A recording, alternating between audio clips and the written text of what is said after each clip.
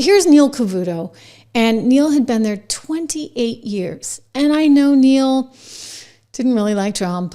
And Neil kind of made that very, very clear over and over again. And so Neil's ratings would go like right into the tank. Like every day, you'd have the show at 3 o'clock before him. You'd have a show at 5 o'clock, the 5. But the 5 had to climb back from a pretty challenging position that they were in because of the ratings at 4 o'clock. And I think that Fox figures, hey, we can save a lot of money. We don't have to pay this guy as much. And, maybe he won't tick off the viewers the way Neil did. I'm going to tell you something. Neil's a really nice guy. Really, really nice guy. I worked with him there a number of years. And while we may not have seen eye to eye on all our political beliefs, I can assure you, he's a very good person. I think he just wasn't in sync with the viewership. And there's nothing wrong with that. Maybe he can go someplace where he will be in sync.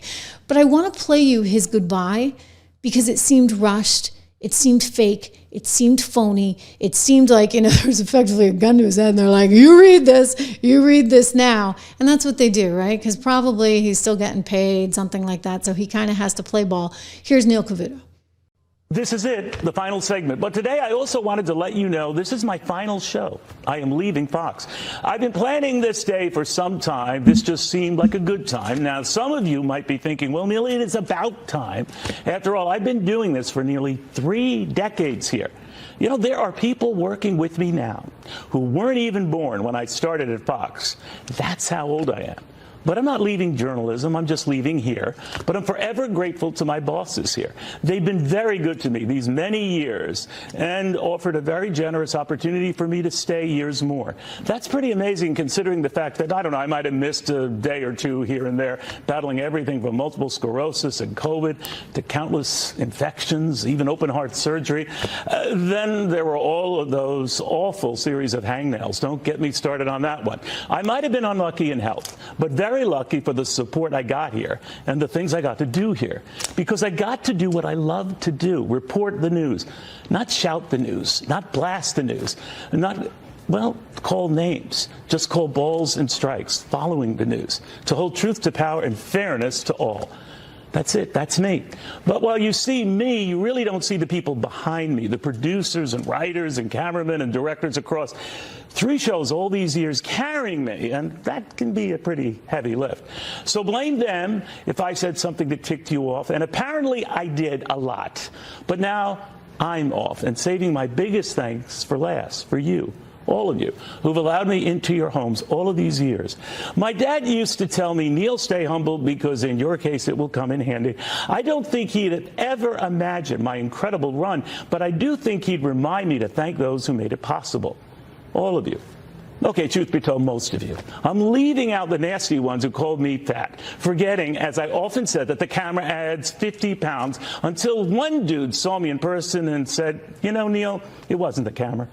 Or those who email that I do things that I think were anatomically impossible to do.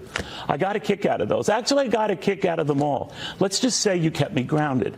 My Irish mom used to say we should count our blessings and never forget who blessed us.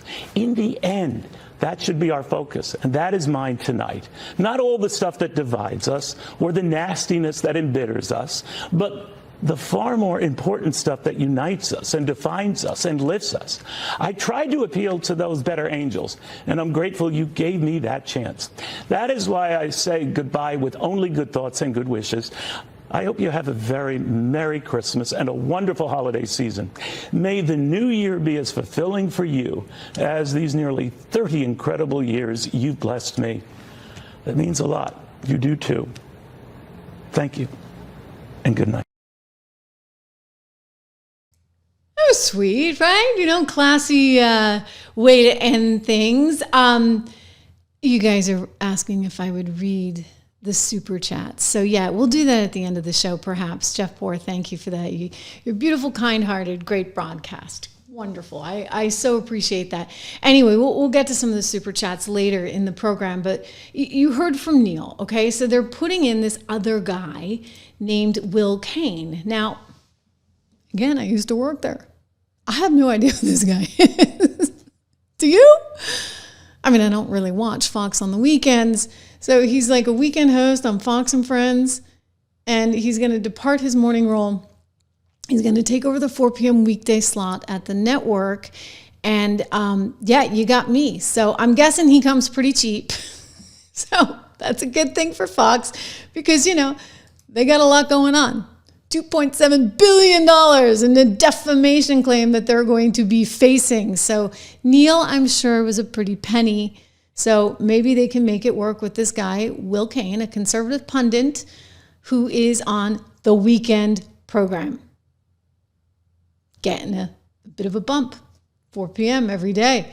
Hey, the pressure's on. Listen, buddy, if you can't deliver for Jesse, Jesse's not going to have it. Jesse wants good ratings going into the 5. I know, you guys are not going to miss Cavuto. I see it. I hear you. Listen, you know, and it's one of the reasons why you want to be in the right place. It's the reason why I like it over here, because you know what? If you don't like what I'm saying, you don't have to watch, right? Whereas if you're at a network, the network has an overall viewpoint and gets ratings that people tune in for a certain expectation. And that makes it pretty limiting if you're somebody who doesn't really, you know, have that viewpoint on the world. And so I think that was actually a tough reality for one Neil Cavuto. Anyway, we'll see if Fox can make it.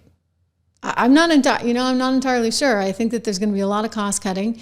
It's not part of the new medium. They're trying. Their Fox streaming business, however, is not doing very well. And so they are sort of stuck in this old line business, which has printed money for so long. And by the way, will continue to print money. So I'm not saying it goes away. I just don't know as it's going to look the same. I don't know if they're going to be able to afford the same kind of talent and the same kind of production staff that they have in the past. And I wish them no ill will. I had a very, very nice time there for the years that I was there. But I do think that they're being met with certain challenges that they may not have anticipated. I don't know if the family can figure this out either, because that's a whole other saga, right? They're all suing each other. And there's a difference in the core belief, political belief of many members of the family vis-a-vis the guy, Lachlan Murdoch, who's expected to take over. And he may not have the kind of say when daddy goes, right? And daddy's not getting any younger.